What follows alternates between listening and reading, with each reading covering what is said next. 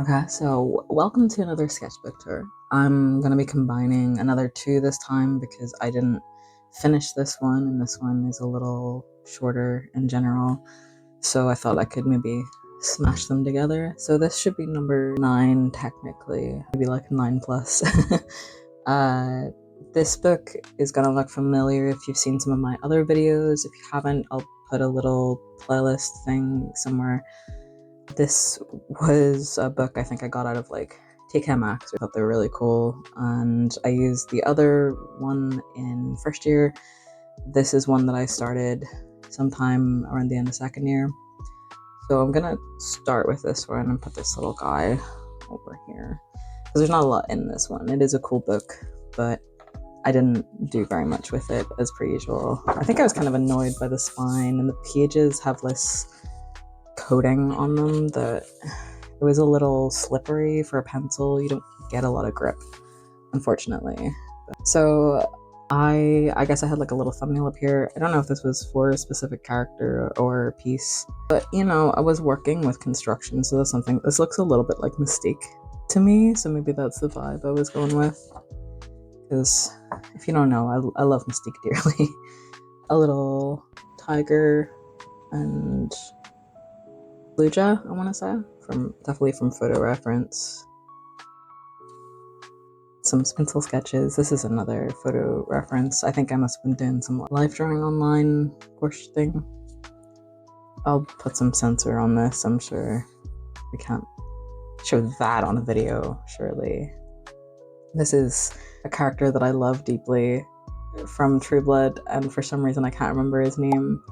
But I didn't find out until years later that he was also one of my favorite characters from the Gilmore Girls. I just didn't recognize him because he aged like a fine wine. He just aged so well.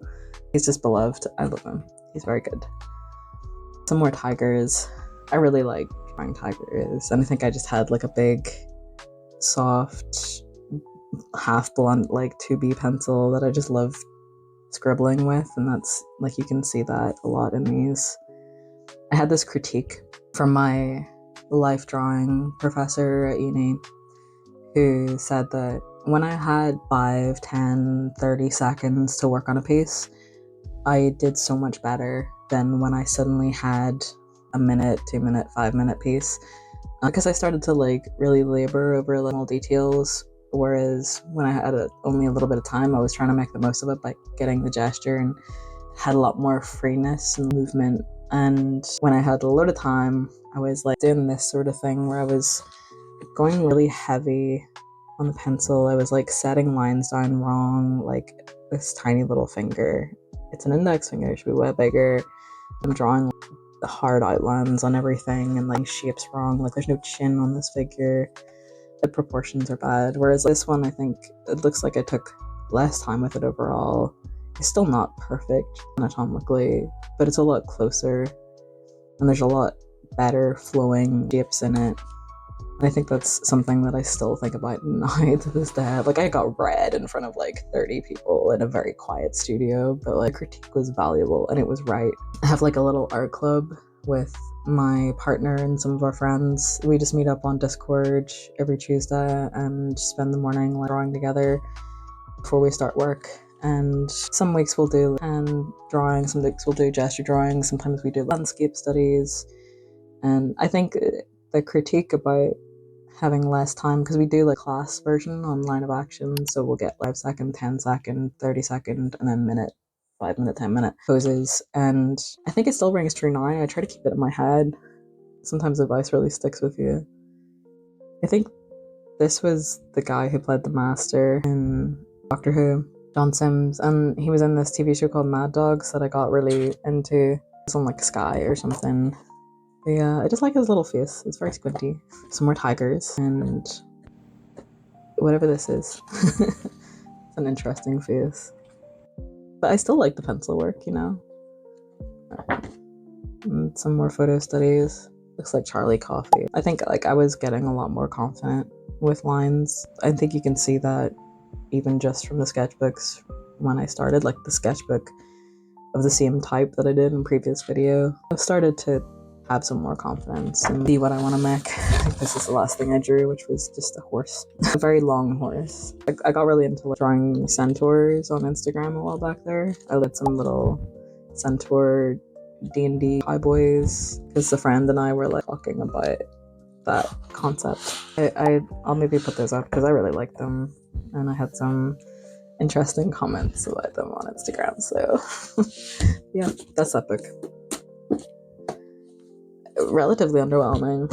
Again, there's like a bunch of pages in it, so maybe I'll make use of them somehow. This other book, again, I had a similar book. It was in tan. It has that horrible suede cover, which I thought was very cool and perfect to carry around in a backpack. But I don't know if you can hear it.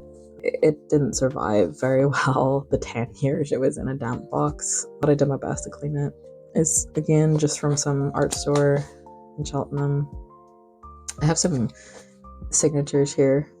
I think I had this book with me whenever I went to the premiere of season 2 of BBC Sherlock in London, and I think these would be Mark Gatiss and Andrew Scott, and that's Andrew Scott, and I can't remember who else I met. I just remember meeting Andrew Scott and Mark Gatiss specifically because I got very emotional and told him that I loved him, and he told me he loved me too. And some complete stranger took a photograph of us for me because my phone was dead, and we were absolutely stranded in London afterwards. But I never got the photograph. So if for some reason there's a person out there who knows where that would be, let me know, please. Thank you.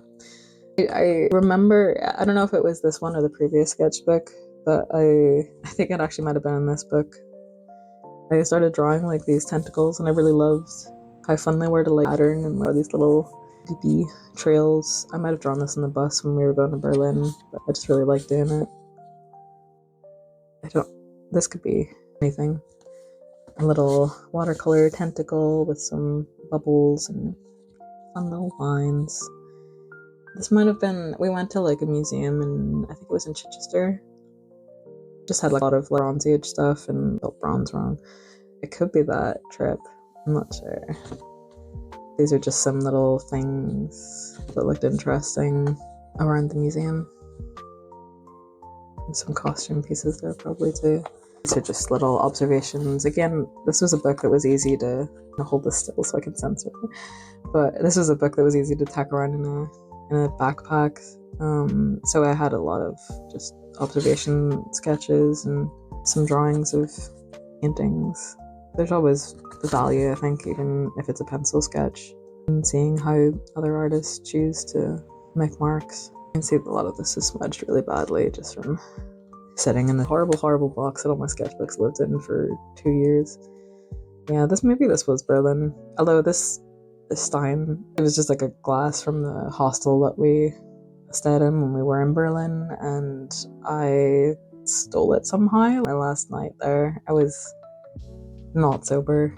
I couldn't afford food, so beer was like, these huge steins were like €1 or €2. It was a lot cheaper than trying to find vegetarian food in Berlin at the time, so more little octopuses. I always really liked them. And I think this was the octopus from Sea Life in Berlin. I just love them. I think they're really pretty. She had a really pretty enclosure as well, as far as I remember, with like really cool lighting to show like how their skin changes and adjusts to different lighting environments. Some more. I did spend a lot of time there. These are some watercolors. I have some of these brushes, and I had a set back then too that I loved, that are the ones that you can just fill with water, and they'll keep a continuous flow, so you can use watercolor on the go. And I would like a ton of Reeves watercolors that I would take around with me and just let me do really quick color studies, because I really enjoyed that at the time. I would just use a nice waterproof fine liner and do some nice colors, and I think it's something that I would like to do again now. I have the privilege of having a very patient husband who is also an artist, and I think so long as ADHD didn't get in the way, I wouldn't mind spending some time doing watercolor studies in a museum or in an aquarium. So I'll maybe bridge that topic for like a date or something. This is another, just one of the aquariums, and some studies of people on the train. If you saw my video about the Berlin sketchbooks, one of the tasks that we had to do was to draw people in winter clothing that we observed. So I wasn't being a complete creep. It was a task that our professor gave us. And this will be the zoo as well. These are just some little sketches of just cute little guys. Yeah, and for my final Berlin piece, this should have been in that video. I guess I just overlooked it, but I did this in one of the sketchbooks in oil pastels. I just really liked pandas. Come on, they're cute. And a very muscular kangaroo and some penguins. That's the name of the comic that I worked on later that was in my last video, my sketchbook eater. Some baboons, some gorillas, very demure, very mindful. Yeah, again, the watercolor, I highly recommend it if you're interested in capturing color while you're sketching on the go. Having a little tin and some of those brushes is just so nice. This could just as easily have been something that I saw on Tumblr as an original thought. Common kids make out in the back of cinemas, do rich kids make out in the back of theaters? Great question. Sometimes I wonder what it would be like to be loved the way I love you. I'm pretty sure I was single when I had the sketchbook, so I don't know. I guess it was some unrequited love somewhere. Some little Dean and Castiel Christmas, and a lovely random little car with somebody's license plate, I guess. Yeah, these are some more museum sketches. I was definitely trying to actually fill a spread and some heavy lines in the edges to separate them. None of them are masterpieces, but it's a nice spread, you know. This is something that I'm like trying to do more with the sketchbook that I'm working on right now, which is the first one that I've really tried to finish since a decade ago when I was doing this. So these are the kinds of things that I like, and I think I had a more stylized approach to faces at this point too. It wasn't that I was completely trying to do something realistic. I was trying to capture an essence, which is really part of that growth as an artist, I think. Coming from pure observation to understanding to creating, you know. And even if this was just observation, at least it's starting to show that growth, you know. So this is another OC, and I swear before I started going through these sketchbooks that I thought I had drawn him 3 or 4 times, and it seems like he turns up in every single sketchbook, so I was wrong. And this is a graffitied version of Kieran Phelps, who was, or maybe still is, I haven't checked, but at the time he was the head of the illustration course that I took, and this is Richard, who also turned up in a previous video, who was one of the lecturers. I don't know why they're here, but they're here. Some more observations, which is probably a Starbucks. It's so interesting to like work on this really small scale as well, because these are just, you know, a tiny little fine liner and a tiny little notebook with tiny little details, but it does look nice. Some crying, coughing child in a pram and a line at a bank. These are some notes like from whatever class I was in, and a little comic just to demonstrate what I was seeing. Probably while I was waiting at the bank. I think my friend had to go and do something, and I was just sitting in the waiting area. Somebody dragging their kid out the door, queuing to eternity. And again, this is something that came up in a different... I think the sketchbooks just lasted me a really long time, but in a previous video I was talking about my final animation project for first year, and it was related to A Midsummer Night's Dream. And these were some more stylized looks at the characters from that and the versions that I put into my version of it. And a little watercolor of Mark Pellegrino as Lucifer, which, if you saw this sketchbook tour, is far improved from the absolutely devastating version of him that I drew then. So this actually must have been like the season 2 premiere, because I've written makeshift pen for the Cumber bitches, because my very good, very close friend at the time was the one who invited me, and they were a part of Benedict Cumberbatch Fan Society or something, and they didn't get tickets, so we went anyway. And us and just half of Tumblr from the area were queuing in the foyer of the BFI in London where it was being shown. And we were just sitting there for hours and hours and hours, like from first thing in the morning right through, hoping to get like cancellation tickets. And my friend and I were at the very front of the queue.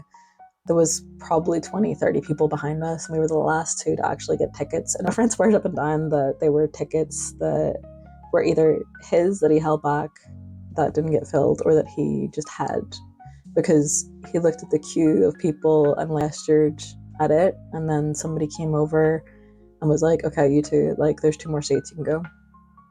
And we ended up sitting right behind the camera that was recording the panel that was done afterwards, and writers and Benedict and Sarah Pulver was there, and a couple of the others, and they were literally all sitting directly behind us, and I just didn't move or speak the entire time, but I could just hear this like running commentary of the writers throughout the whole show, and it was just a really cool experience. And then I stepped on Benedict Cumberbatch's very long shoes on the way out, and he apologized to me, which was the most English thing that's ever happened to me in my entire life. Here's a pony. I don't know why. I think I must have tried to start watching My Little Pony at some point. And I think these were probably people that were at the premiere who I just really liked their vibes. Yuka, I don't know. It must have been an OC that I was working on for something. I was trying to figure out different styles. Yeah. I do like this though. This was like something that I did for a little bit. It's very of the Tumblr era though. Cass, another sapphic person. I immediately recognize as a list from the first Gishwishes? Greatest international scavenger hunt the world has ever seen. The very first one was the one that I took part in with a couple of people, and I managed to get a bunch of these things done. I have the Guinness World Record certificate somewhere for it, which is pretty cool. And I don't know what any of these things are, but Rick Astley's here, so yeah, that's that. That's both these sketchbooks. Thank you so much for coming along on this little journey. And the next video that comes out, I'm really, really excited for. It is when I think back to sketchbooks that I've created and loved over the years. If I think about any sketchbook, this is my favorite. It is the quintessential iconic sketchbook of my formative years, and one that I put the most amount of work into and saw the most from. And I would really like you to see that one. So please subscribe, like, comment your favorite type of crap. I appreciate you watching as far as you have, and I'll see you in the next one.